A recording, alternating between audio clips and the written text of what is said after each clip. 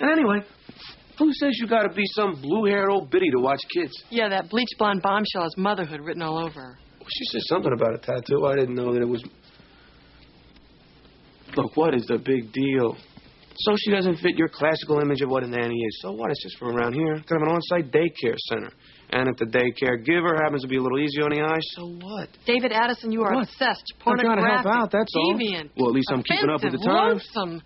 I don't want or need your help. Yes, you do. A daycare center is fine. We should have one. And not be concerned for the welfare of the corporate offspring. Why are they talking at the same time? Parlor, massage parlor, it's called chemistry. Type of clientele. Those women are concerned with one thing and one thing only: giving. Out! Wait a minute, you want me to get out?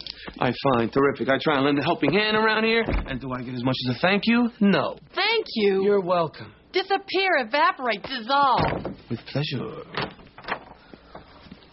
Pleasure's that big blonde thing in the miniskirt.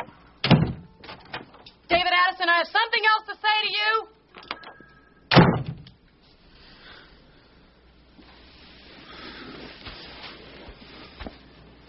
Baby Hayes.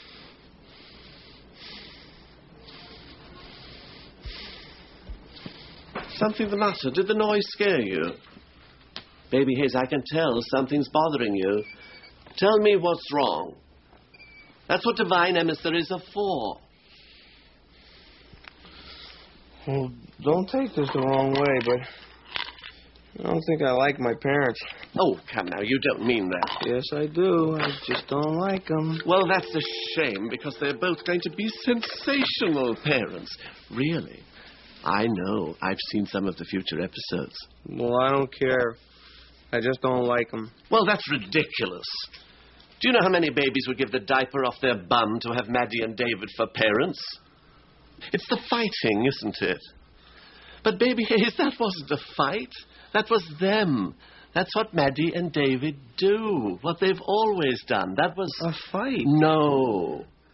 Let me tell you about those two. They're old souls. They've been around for centuries. I've brought them into the world at least a dozen times myself. And it's always the same. They meet, they fall in love, they spend their lives doing this strange little tango together. Here, let me show you something. Maddie and David's last trip through the world.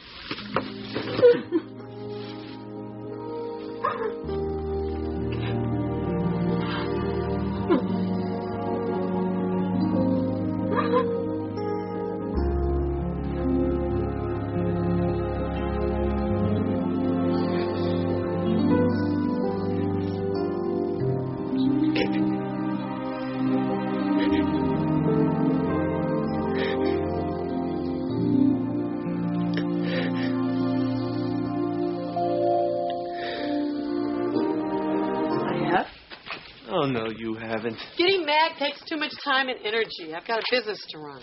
Oh, I see. We're going to get the old "I'm not going to get mad at David anymore" speech, huh?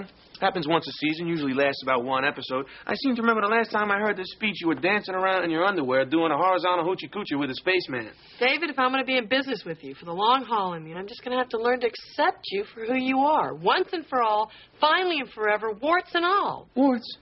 I haven't touched a toad in Quirks, years. faults, flaws, fetishes. Call it whatever you want. I'm not going to let it get to me anymore.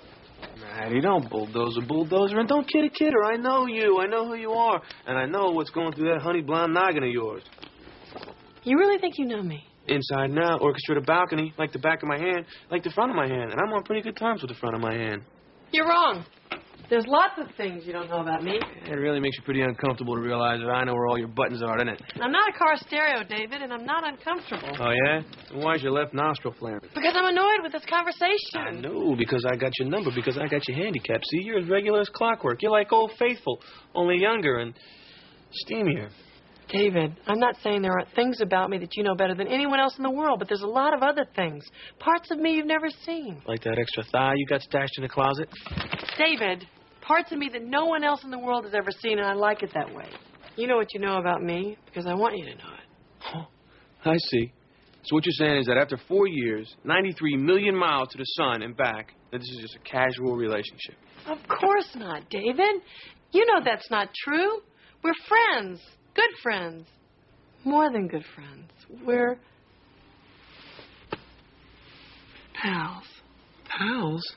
Pals. Huh. For a minute there, I thought you were going to say chums.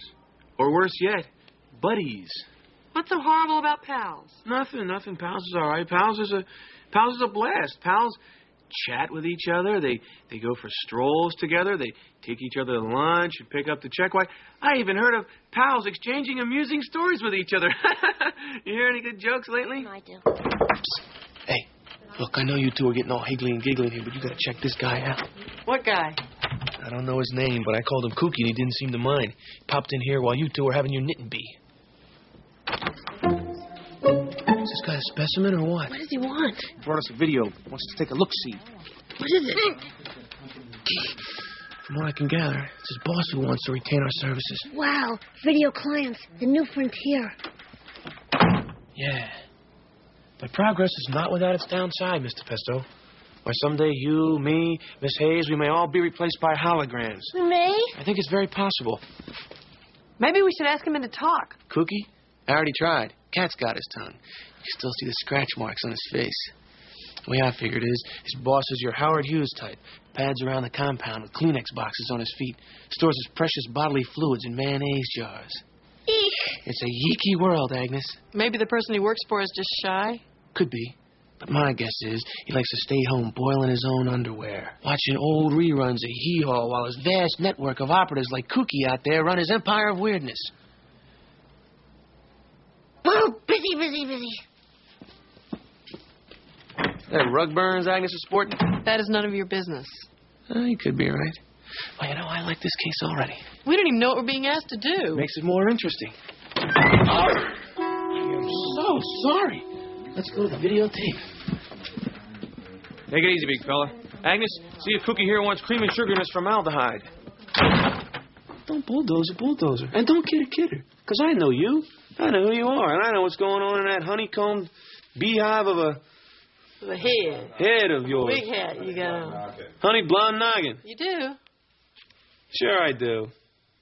Sure, you dames are all alike. I'm poison to you, see? Poison!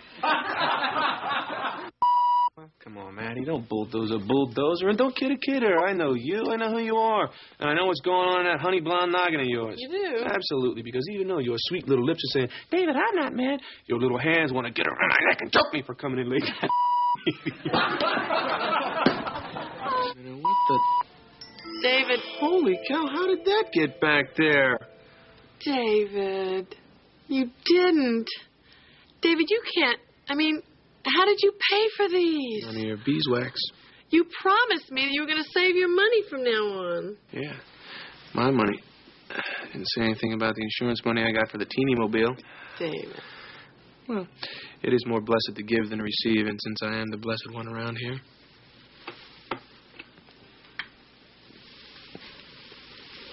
Thank you.